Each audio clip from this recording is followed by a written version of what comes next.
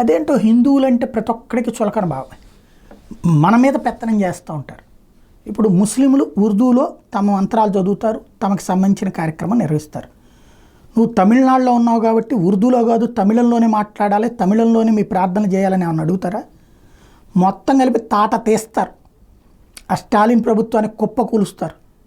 అదే సందర్భంలో క్రిస్టియన్స్ ఉన్నారు, సరే కొంతమంది పాస్టర్లు తమిళంలోనే మాట్లాడచ్చు, కానీ ఫైనల్గా వచ్చేటప్పుడు ఇంగ్లీష్లో ప్రార్థనలు చేసేవాళ్ళు ఉంటారు. వాళ్ళతో ప్రాబ్లం ఏం లేదు, వాళ్ళకేమైనా చెప్తారు నువ్వు తమిళంలోనే చేయాలని ఉండదు. హిందువులు మాత్రం అర్చకులు సంస్కృతంలో శ్లోకాలు ఉంటాయి, విడమర్చి చెప్పేటప్పుడు తమిళంలోనే చెప్తారు. ఏ భాషలో అయితే ఆ భాషలో, మనకి తెలుగులో, ఇంకొకళ్ళ హిందీలో అట్లా. కానీ మంత్రాలు కూడా తెలుగులోకి అనువదించు, ఇదే తమిళంలోకి అనువదించుకుని తమిళంలోనే చదవాలట. ఇది స్టాలిన్ గారి పైత్యం. హిందుత్వం మీద జరిగే దాడిలో ఇదొక కోణం.